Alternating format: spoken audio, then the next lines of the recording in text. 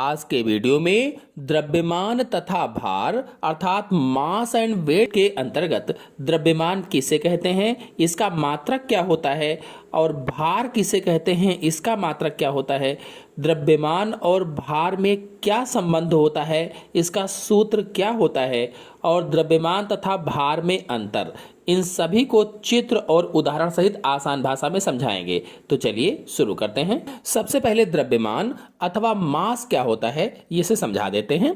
तो किसी वस्तु में पदार्थ का जितना परिमाण होता है वह उसका द्रव्यमान कहलाता है। इस परिभाषा को हम ऐसे भी कह सकते हैं कि किसी वस्तु का द्रव्यमान उस वस्तु में उपस्थित पदार्थ के परिमाण को कहा जाता है। ऐसे भी घुमा सकते हैं, किसी वस्तु का द्रव्यमान उस वस्तु में उपस्थित पदार्थ के परिमाण को कहते हैं। देखो, परिमाण का मतलब होता है मात्रा।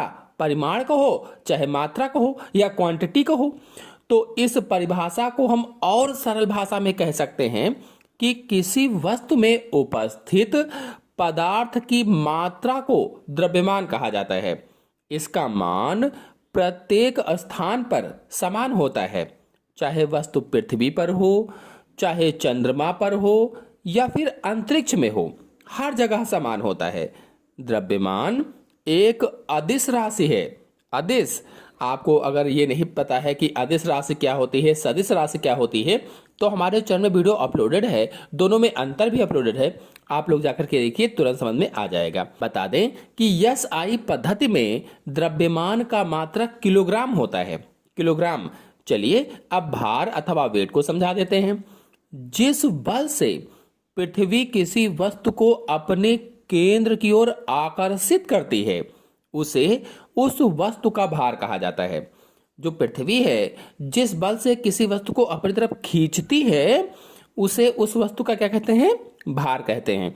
अथवा सरल भाषा में कहें तो किसी पिंड पर लगने वाले गुरुत्व बल को पिंड का भार कहते हैं। कोई भी पिंड है, उस पिंड पर जो गुरुत्व बल लगता है उसे ही उस पिंड का भार कहा जाता है। इसे W से प्रदर्शित करते हैं। W से। भार एक सदिश राशि होती है, जबकि द्रव्यमान क्या था, अदिश राशि है। भार सदिश राशि है। SI पद्धति में भार का मात्रक न्यूटन होता है। SI पद्धति की बात की जाए तो इसमें भार का मात्रक न्यूटन होता है अथवा किलोग्राम मीटर प्रति सेकंड स्क्वायर होता है।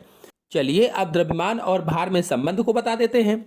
तो यदि किसी वस्तु का द्रव्यमान m हो तो उस वस्तु का भार यानी कि गुरुत्व बल बराबर द्रव्यमान गुणित गुरुत्वीय त्वरण, तो हो जाएगा W बराबर mg, यानी कि क्या हो जाएगा कि भार बराबर द्रव्यमान गुणित त्वरण। ये इसका संबंध निकल आएगा। चलिए अब द्रव्यमान तथा भार में अंतर अर्थात differences between mass and weight को समझा देते हैं।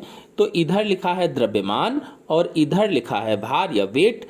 पहला अंतर है किसी वस्तु में उपस्थित पदार्थ की मात्रा को द्रव्यमान कहते हैं। कोई वस्तु है, उस वस्तु में उस पदार्थ की कितनी मात्रा है उसे ही क्या कहा जाता है, द्रव्यमान कहा जाता है।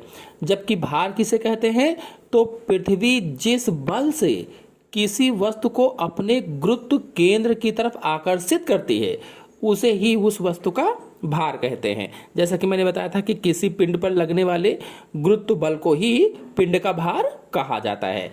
फिर दूसरा अंतर है SI पद्धति में द्रव्यमान का मात्रक किलोग्राम होता है। SI पद्धति की बात की जाए तो इसमें द्रव्यमान या मास का मात्रक क्या है, किलोग्राम होता है। जबकि भार में अगर देखा जाए तो भार का मात्रक SI पद्धति में न्यूटन होता है, न्यूटन। फिर अगला पॉइंट है किसी वस्तु का द्रव्यमान प्रत्येक स्थान पर नियत रहता है। कोई भी वस्तु है उसका जो मास है, द्रव्यमान है, हर एक स्थान पर नियत रहता है, वैसा ही रहता है। जबकि भार की बात की जाए तो भिन्न भिन्न स्थानों पर वस्तु का भार बदलता रहता है, चेंज होता रहता है। फिर अगला है द्रव्यमान अदिश राशि है। जो द्रव्यमान है, मास है, एक अदिश राशि होती है, जबकि भार एक सदिश राशि है। अगर आप लोग अदिश राशि क्या है, सदिश राशि क्या है नहीं जानते हैं तो चित्र और उदाहरण से मैंने समझाया हुआ है, मेरे चैनल में अपलोडेड है, आप लोग जाकर के देख सकते हैं। फिर अगला अंतर है, द्रव्यमान को भौतिक तुला से प्राप्त करते हैं। जो द्रव्यमान है, मास है, इसे भौतिक तुला से प्राप्त किया जा सकता है, जबकि भार को कमानीदार तुला से ज्ञात करते हैं। जो भार होता है इसे कमानीदार तुला से ज्ञात करते हैं। तो आशा है आप सभी लोगों को पूरा वीडियो अच्छी तरह से समझ में आ गया होगा। समझ में आ गया हो तो वीडियो को लाइक और शेयर कीजिए।